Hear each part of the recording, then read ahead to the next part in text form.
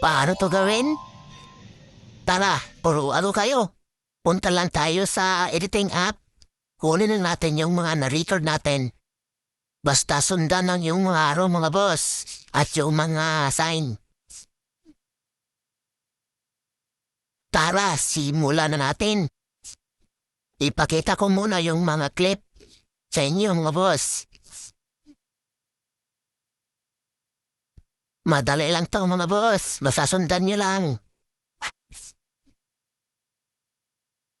Ang gawin nyo lang, ilagay yung cellphone sa kaliwa, tapos stop po sa harapan mo tapos isunod mo sa kanan.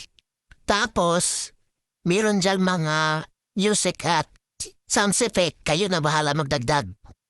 Tara mga boss, simulan na natin. Sa unang clip muna tayo.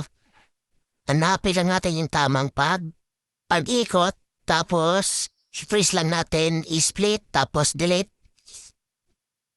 Tapos dito naman, kunin lang natin yung sa last part. Split dito, tapos yung unahan i-delete. Punta naman tayo sa pangalawang clip. Sim pa rin mga boss. Ulit-ulit lang. Pa-action lang mga boss.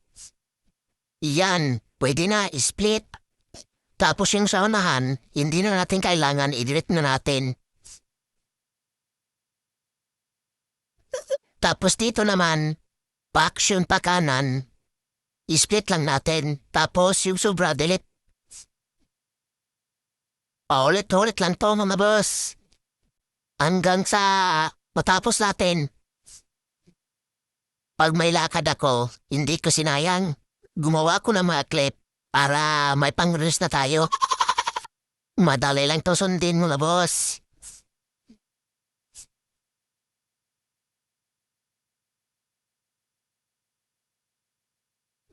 Nasa last part na tayo, mga boss. Konti na lang. Matatry na natin.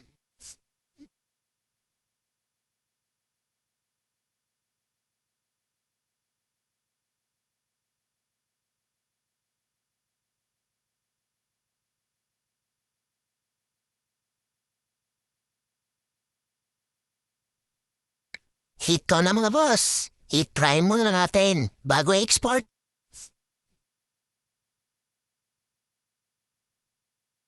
Ayun, kuhang-kuha na. I-export na natin. Ito na ang result mga boss.